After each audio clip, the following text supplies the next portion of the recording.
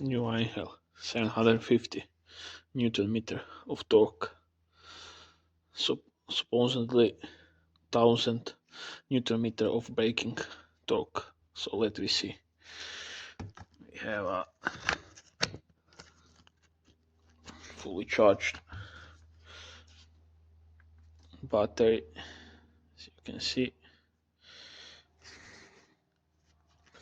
It is a 4 ampere hours 18 volt.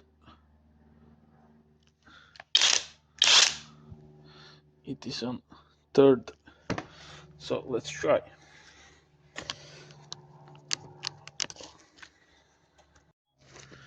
This is 19 millimeter.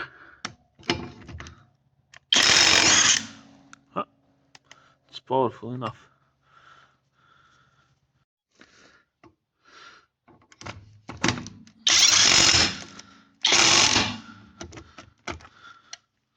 Try another one.